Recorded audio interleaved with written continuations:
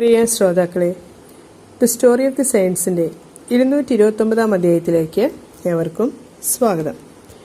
വിശുദ്ധ കർമ്മല മാതാവിന് ശേഷം ഈ ആഴ്ച രക്തസാക്ഷികളും കന്യകമാരുമായ വിശുദ്ധ ജസ്റ്റായും വിശുദ്ധ റൂഫീനയുമാണ്. സ്പെയിനിലെ സെവില്ലയിലുള്ള ദരിദ്രരും ദൈവഭയമുള്ളവരുമായ ഒരു ക്രിസ്തീയ കുടുംബത്തിലായിരുന്നു വിശുദ്ധ ജസ്റ്റായും വിശുദ്ധ റൂഫീനയും ജനിച്ചത്. 268 ജസ്റ്റായും 2 വർഷങ്ങൾക്ക് ശേഷം 270 റൂഫീനയും ജനിച്ചു. മൺപാത്ര നിർമ്മാണമായിരുന്നു അവരുടെ തൊഴിൽ. അതിൽ നിന്നും കിട്ടുന്ന വരുമാനം കൊണ്ട് അവർ ജീവിക്കുകയും തങ്ങളാൽ കഴിയും വിധം ആ നഗരത്തിലെ മറ്റുള്ള ദരിദ്രരെ സഹായിക്കുകയും ചെയ്തു.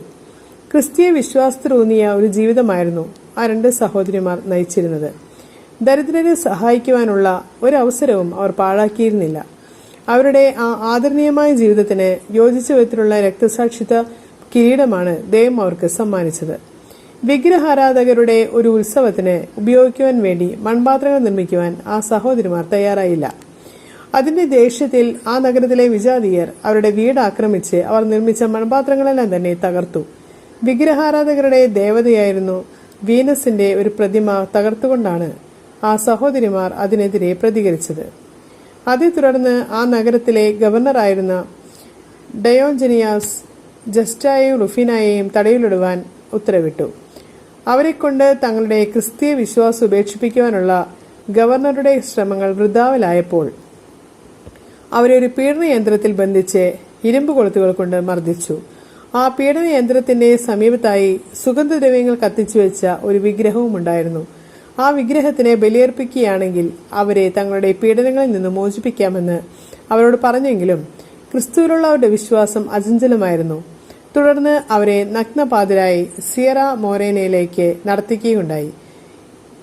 ഈ വക പീഡനങ്ങൾക്കൊന്നും ഈ വിശുദ്ധരെ തളർത്തുവാൻ കഴിയാതെ വന്നപ്പോൾ അവരെ വീണ്ടും തടവറയിലടച്ചു. തടവറയിൽ അവർക്ക് ഭക്ഷിക്കുവാനോ കുടിക്കുവാനോ യാതൊന്നും നൽകിയില്ല. വിശപ്പും ദാഹവും കൊണ്ട് വലഞ്ഞപ്പോഴും അവർ തങ്ങളുടെ വിശ്വാസം ഉപേക്ഷിച്ചില്ല. ആ സഹോദരിമാരിൽ ജൂലിയാനിയായിരുന്നു ആദ്യ മരണത്തിന് കീഴടങ്ങിയത്. അവരുടെ മൃതദേഹം ഒരു കിണറ്റിലെറിയുകയാണ് ഉണ്ടായതെന്ന് ചരിത്രകാരന്മാർ രേഖപ്പെടുത്തുന്നു. പിന്നീട് മെത്രാനായിരുന്ന സബിനൂസ് വിശ്രയുടെ മൃതദേഹം വീണ്ടെടുത്ത് യോഗ്യമാം വിധം അടക്കം ചെയ്തു. തന്റെ സഹോദരിയുടെ മരണത്താൽ റുഫീന തന്റെ വിശ്വാസം ഉപേക്ഷിക്കുമെന്നായിരുന്നു ഗവർണറുടെ കണക്കുകൂട്ടൽ. പക്ഷേ ധീരയായിരുന്ന വിശുദ്ധ തന്റെ വിശ്വാസം ഉപേക്ഷിച്ചില്ല. അതേ തുടർന്ന് വിശുദ്ധയെ സിംഹക്കൂട്ടിലേക്ക് എറിഞ്ഞു. എന്നാൽ അത്ഭുതകരമായി ആ സിംഹം വിശുദ്ധയെ ആക്രമിച്ചില്ല. ഇണക്കമുള്ള ഒരു പൂച്ചയെ പോലെ അത് ഒതുങ്ങിയിരുന്നു. ഇത് കണ്ട് രോഷാകുലനായ ഡയോജനിയാസ് വിശുദ്ധയെ ശിരച്ഛേദം ചെയ്ത് കൊലപ്പെടുത്തുകയും അവളുടെ മൃതദേഹം അഗ്നിക്കിരയാക്കുകയും ചെയ്തു. അധികം വൈകാതെ തന്നെ സബിനൂസ് മെത്രാൻ റുഫീനയുടെയും ഭൗതികാവശിഷ്ടങ്ങൾ വീണ്ടെടുക്കുകയും 297 അവളുടെ സഹോദരിയുടെ സമീപത്ത് അടക്കം ചെയ്യുകയും ചെയ്തു. ലെസിയോ കത്തീഡ്രലിലെ ഒരു ചാപ്പൽ ഈ വിശുദ്ധകൾക്കായി സമർപ്പിച്ചിട്ടുണ്ട്.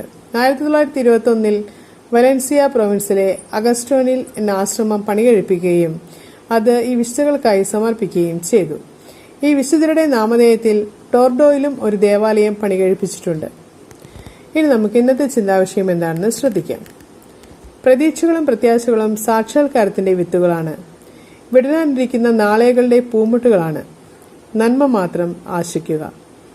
ഏവർക്കും നന്ദി.